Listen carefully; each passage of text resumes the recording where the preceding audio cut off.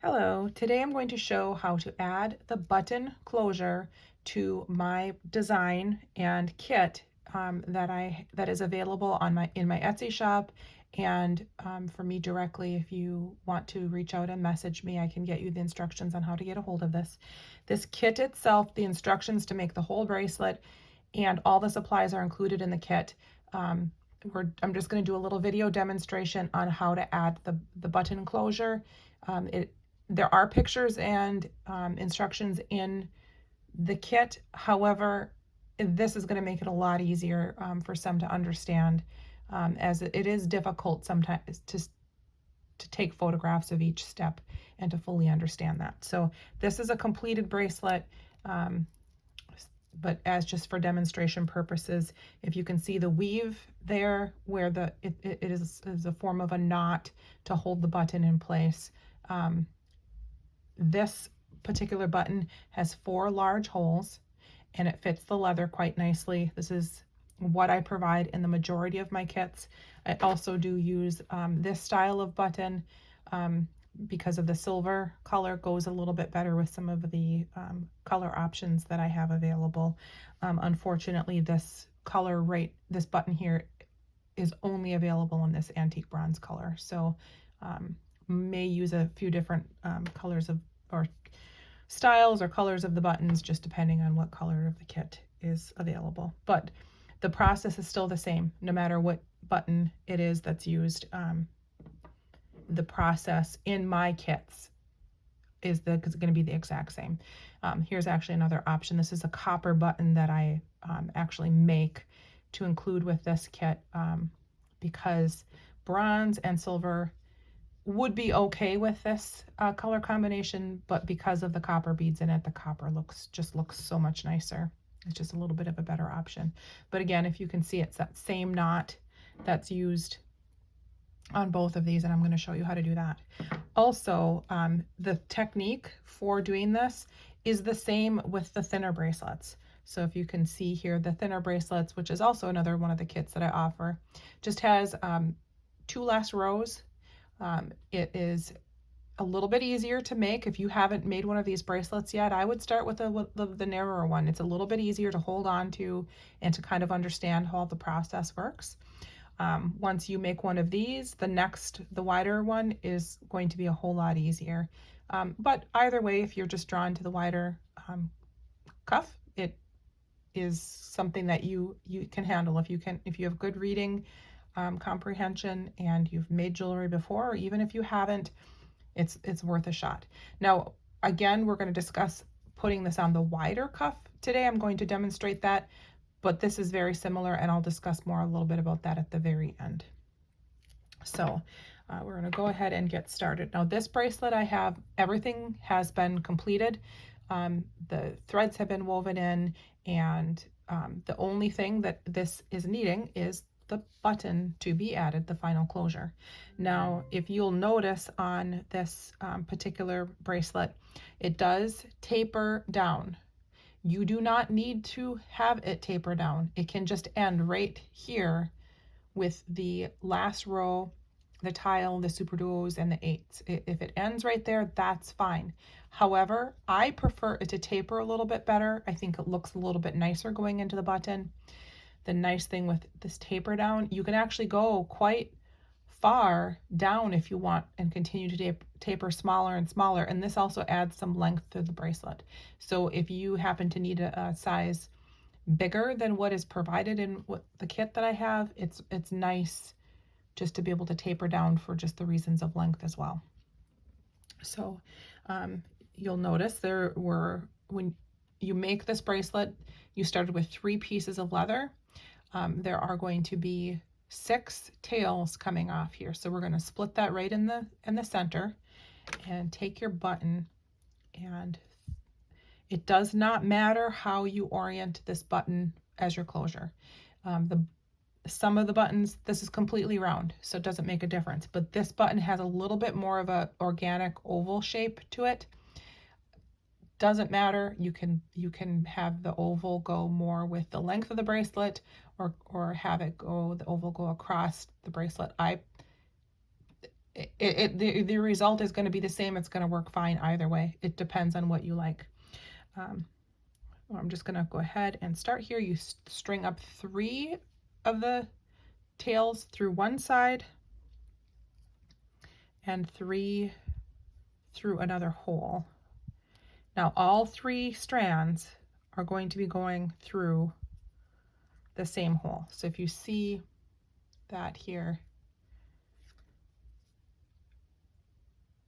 they're each coming out of their own section. You also want to push this button to the very end of the base of the bracelet here. And then what you're going to do is make sure these are kind of lined up. So the 3 strands that came out aren't all tangled and twisted up. And then these 3 are going to go into the hole that's diagonal. So we're going to tuck those down, but not fully. We're going to let it pop out a little bit.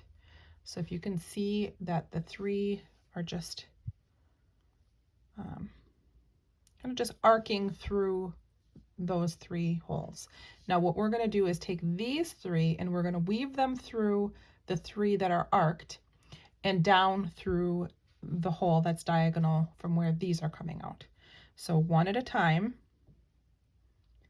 You can do over, under, over, or under, over, under. It doesn't matter as long as the pattern repeats, if that makes any sense, and it may not completely, but I'm going to go over the first one, under the second one, and then over the last one, and then push this one down into, and I'm not pulling it tight right now.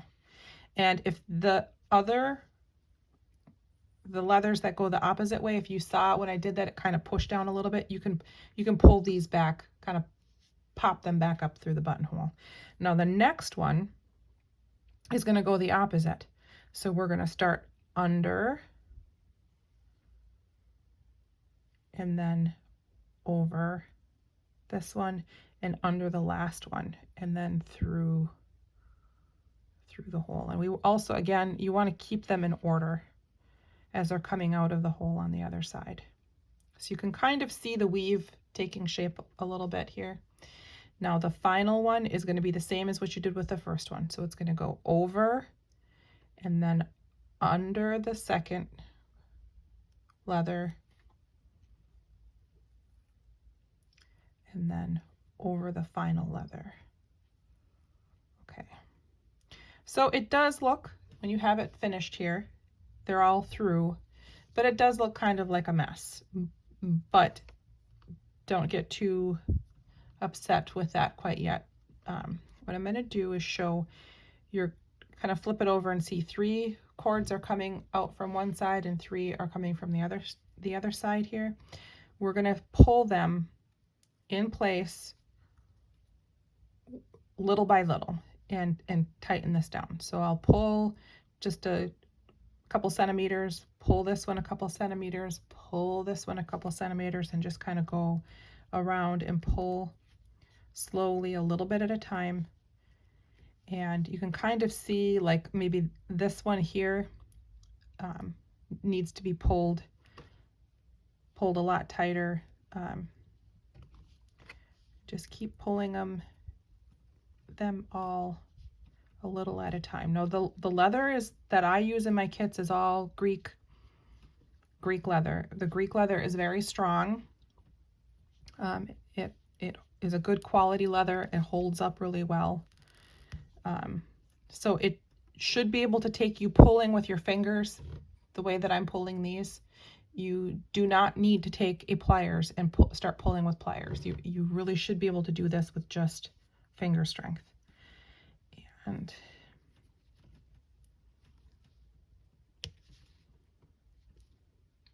I will say this natural colored leather does look a little bit different, and it does work up a little different than the leather that's Greek that has the coating on it.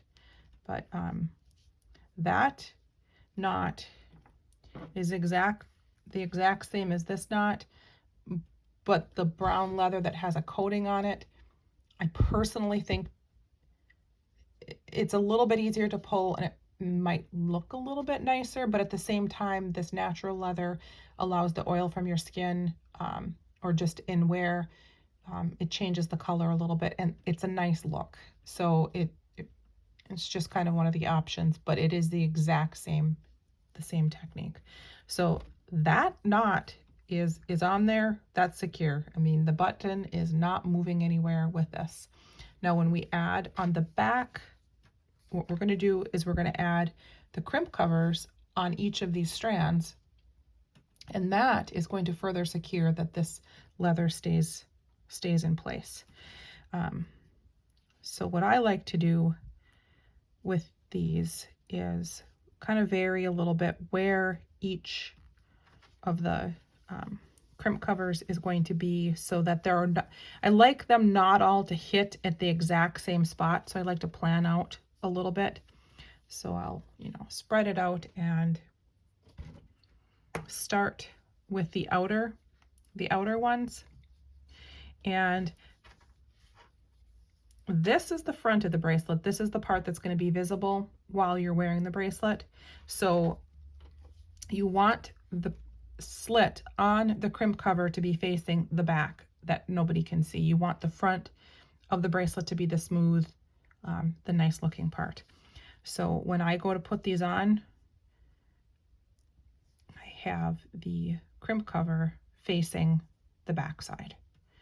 And the first one, I like to start it up just where it peaks just a little bit above the button.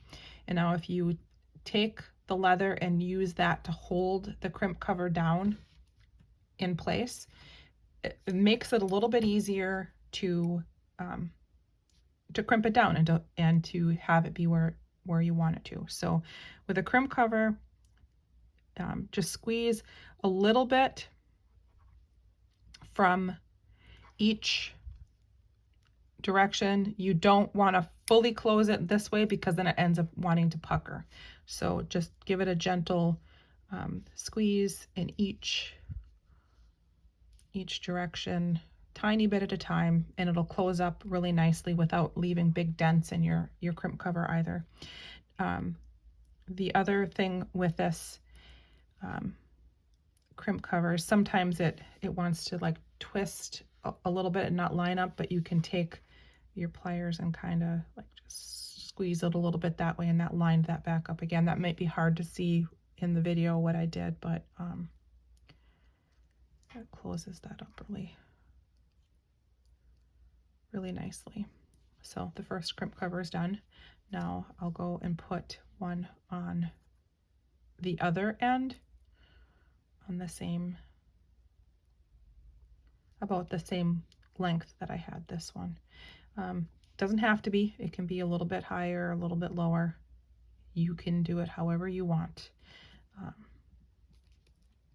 But again, I use the pressure from the leather to pull down. Make sure too that the leather is fully pressed down into the crimp cover and that it's not half sticking up into where it closes. It doesn't look so nice. It'll still be okay, but it just looks a little bit nicer when the leather fully comes. If you can see, like, it's really hard to tell here, the circle that's in the center of the crimp covers. I'm going to try and hold it up to the camera. You want the leather to fully coming out of that circle that's in the center. We'll get this closed up.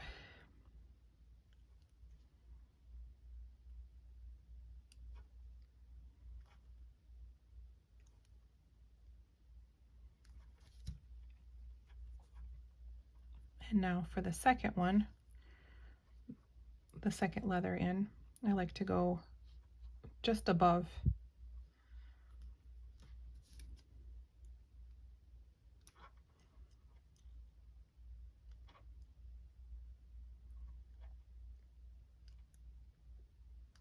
I never, ever, ever wear nail polish. My nails look so terrible. I've been doing some metal smithing lately. So I decided I'll paint my fingernails for this video so they don't look so wretched. And here they are, full of nicks, because I work with my hands, so I should just give up. But I had to try so that the video looked a little bit nicer, but oh well. It was worth a shot.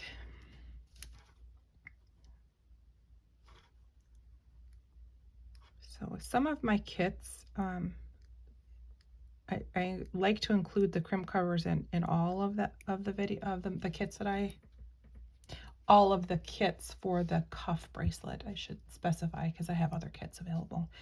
But I like to include the crimp covers because of the clean look that it gives. But if you use the crimp covers, that means you have to have a pair of chain nose pliers, and not everybody has the chain nose pliers. Needle nose pliers are a different thing. A needle nose pliers will have lines on the inside of the plier. The lines on the inside of the plier will actually mar and leave marks, kind of chew up your crimp covers. So you really want to use the right pliers for this. So if you don't have this kind of a plier, do the same knot with the button, but then instead of using the crimp covers, you'll use beads. And when you put the bead on instead of a crimp cover, what you're going to do is you're going to just tie a knot like this. And this is just for an example here. Tie a knot like that, put your bead on it that fits over the leather, and then make another knot like this that'll hold the bead into place. We're cutting this off, so those knots you can ignore. Those aren't necessary, but just in case you either don't like to use the crimp cover option or you don't have a pair of chain nose pliers. Chain nose pliers are pretty inexpensive. I personally think it's worth getting a pair to have. So now for the last two leathers, there's a couple options you can do. I like to put one that's a little lower, like the first one, and then my next one I'll go higher than this one. So give that a little variation here. Squeeze the last one on. I know this part is kind of, well, the whole thing could be boring, I guess, but let's do the last crimp cover.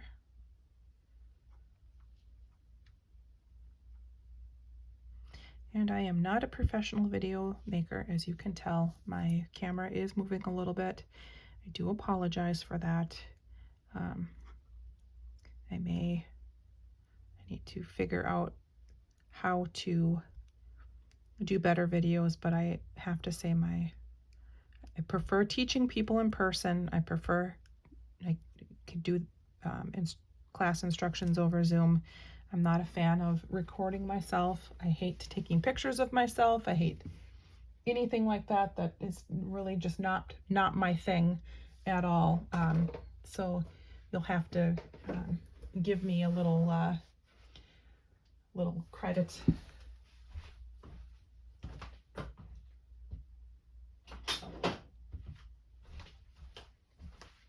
I apologize. I did not have my cutters handy like I should have.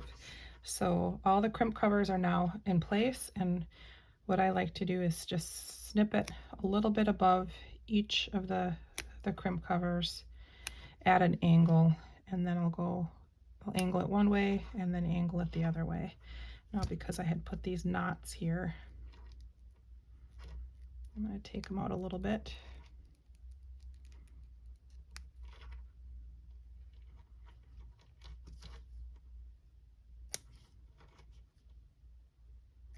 Okay, so that's it. So this is done,